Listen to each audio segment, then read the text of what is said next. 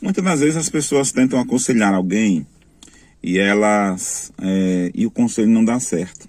E ela, pastor, eu tentei, eu aconselhei, eu acompanhei e o aconselhamento naquela pessoa não deu certo. Daí o pastor vai e pergunta qual método você usou no aconselhamento.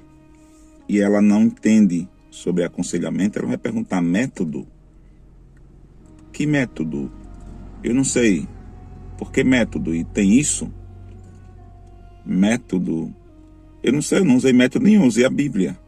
Existem métodos adotados dentro de um aconselhamento. E quando você aconselha sem método nenhum, na verdade você não está fazendo aconselhamento, é apenas uma visita, um evangelismo ou uma consolidação normal. O aconselhamento ele exige métodos que vai de acordo com a situação, de acordo com o aconselhado, de acordo com você também, o que aconteceu no momento. Todo aconselhamento ele tem que ter o chamado método e abordagem. No vídeo, acredito no segundo vídeo, foi o vídeo 2, nós falamos sobre os dois tipos de abordagem, a abordagem diretiva e a abordagem não diretiva.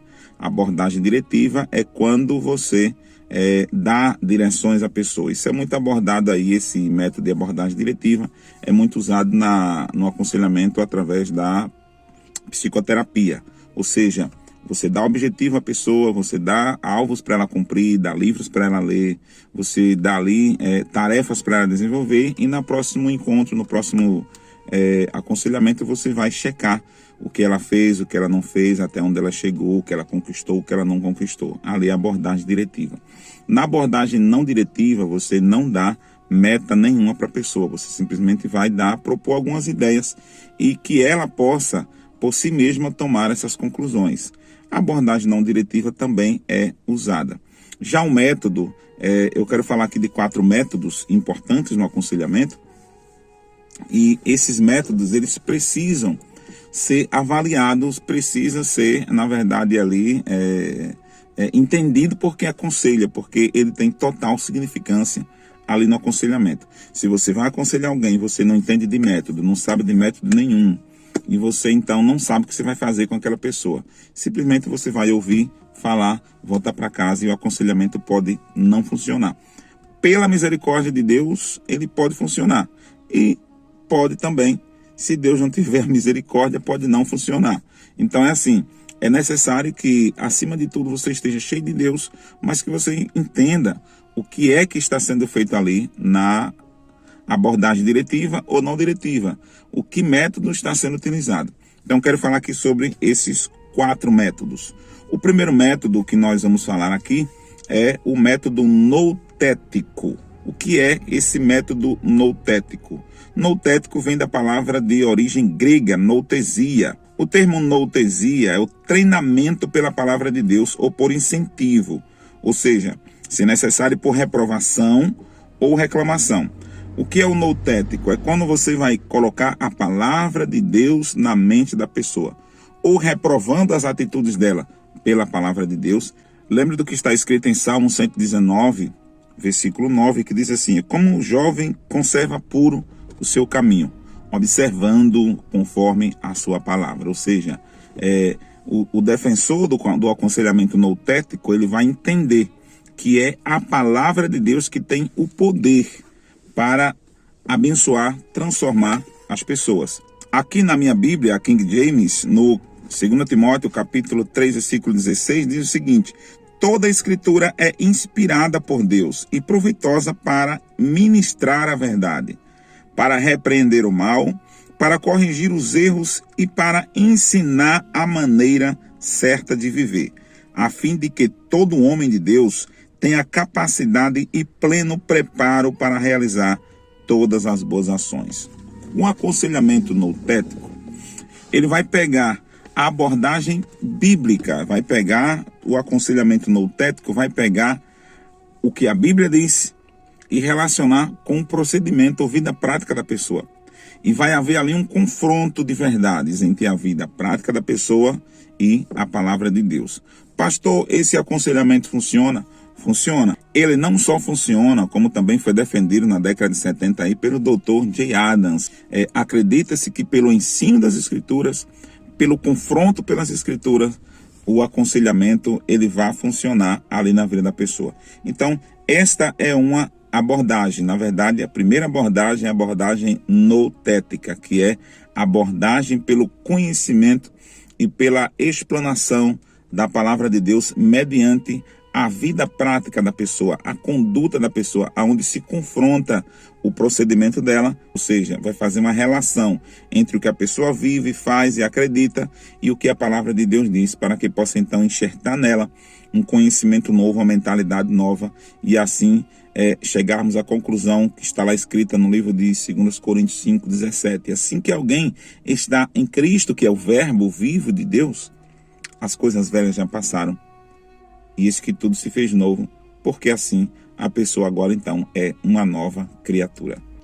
O segundo método é a psicoterapia, como se assim possa dizer. Muitos cristãos fazem aconselhamentos usando exclusivamente princípios da psicoterapia ou da psicologia. Um psicólogo cristão não faz necessariamente um aconselhamento cristão, se segue apenas o treinamento humanista que recebeu na universidade. Em 1992, o jornal of Psychology and Theology publicou uma pesquisa feita com terapeutas cristãos americanos e constatou que somente 25% dos entrevistados disseram que sua fé influencia de forma substancial a sua terapia. 28% disseram que, apesar da sua fé ser fundamental, a maior parte de suas técnicas vem da psicologia. E 13% disseram que sua fé tem pouco a ver com sua profissão. Isso porque a faculdade, ela tira do aluno a ideia de usar a fé para fazer o tratamento ali psicológico, ou seja, o tratamento pela psicoterapia, ele vem com base apenas na psicologia. Por quê? Porque a cosmovisão da psicologia é humanista. Seus pressupostos não levam em consideração o Deus sobrenatural, nem as consequências do pecado na vida do ser humano, contrariamente ao ensino bíblico, ou seja, há uma contrariedade entre o aconselhamento noutético e o aconselhamento pela psicoterapia. Ou seja, enquanto o psicólogo usa a psicoterapia, vai usar argumentos humanistas, vai usar situações, vivência da pessoa, vai dar ali um aconselhamento mais diretivo ou não diretivo, mas vai usar sempre ali a questão psicológica, o sentimento, a alma do ser humano, a visão de Freud e de outros psicólogos. O aconselhamento noutético vai usar exclusivamente ali as escrituras, o que a Bíblia diz e o hábito das pessoas, vai trazer uma relação entre eles. E o terceiro método é o método pela cura interior. E o que é o método pela cura interior? Ele é muito usado na visão celular no modelo dos 12, onde a pessoa é levada às escrituras, faz uma mistura entre o noutético e o psicológico, e ali há orações de ministração de cura, oração de ministração de libertação. Há ali um processo onde a pessoa é levada não só à palavra de Deus, como levada aos conhecimentos da psicologia, e ali há um enxertar de oração e intercessão pela pessoa, muitas das vezes usando o óleo ungido e tudo mais. O aconselhamento psicoteológico, ele vai pegar todo esse apanhado noutético, psicológico e a cura interior, e vai fazer um apanhado a depender da relação, a depender do momento, a depender da pessoa, o que o cristão ele vai adotar ali naquele momento. Ele tem como bom, correto, justo e direito não só o noutético, como o psicológico, como a cura interior. Quem é um aconselhador psicoteológico, você que está estudando aí, que vai usar o aconselhamento psicopastoral com as pessoas, precisa ter entendimento dessas três práticas e adotar a que mais convier para o momento, ou fazer durante o período de aconselhamento uma mesclagem aí entre os três primeiros e adotar um método novo para aconselhar pessoas. Então, saber que método vai ser usado é muito importante. Pastor, então em todos os momentos eu posso usar o aconselhamento psicoteológico, eu posso misturar as três coisas? Às vezes sim, às vezes não. Às vezes você faz um confronto direto com a pessoa, ali usando o noutético, e a pessoa já se sente bombardeada ali pela palavra de Deus, pela verdade, porque a Bíblia diz: e conhecereis a verdade, e a verdade vos libertará. E a pessoa é levada ao entendimento e a uma mudança e a uma evolução no seu estágio ali de conhecimento. Às vezes, O aconselhamento psicológico funciona e funciona muito bem. De repente a pessoa está passando por um problema emocional, ela precisa ser levada a si mesma. Você vai usar ali o método psicológico, levando a pessoa ali, dando uma abordagem diretiva, dando a ela missão para ela resolver problemas que ela possa resolver entre ela, né? Um perdão. Uma atividade que precisa se fazer, que vai ajudar na mente dela, no desenvolvimento cognitivo do cérebro dela e ajudar a pessoa a superar suas dificuldades. Às vezes, a cura interior só resolve.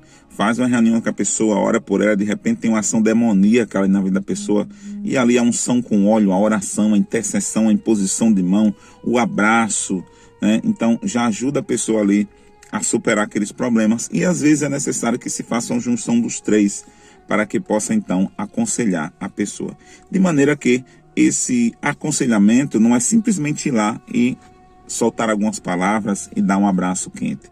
É necessário uma unção, um conhecimento, um nivelamento doutrinário. É necessário que você esteja alinhado com a sua igreja, alinhado com o seu pastor, e para que você possa ter sucesso no aconselhamento. E se eu fizer tudo, pastor, e não conseguir? Se você fizer tudo e não conseguir, você precisa ser humilde, entender que precisa de ajuda e fazer encaminhamentos para alguém, para o pastor da igreja, para alguém que tenha mais entendimento do que você, e aí serão enxertados novos desafios e a pessoa com certeza conseguirá sair daquele buraco e conseguiremos então juntamente ajudar aquela pessoa. E por hoje é só por aqui. Deus abençoe e até a próxima aula.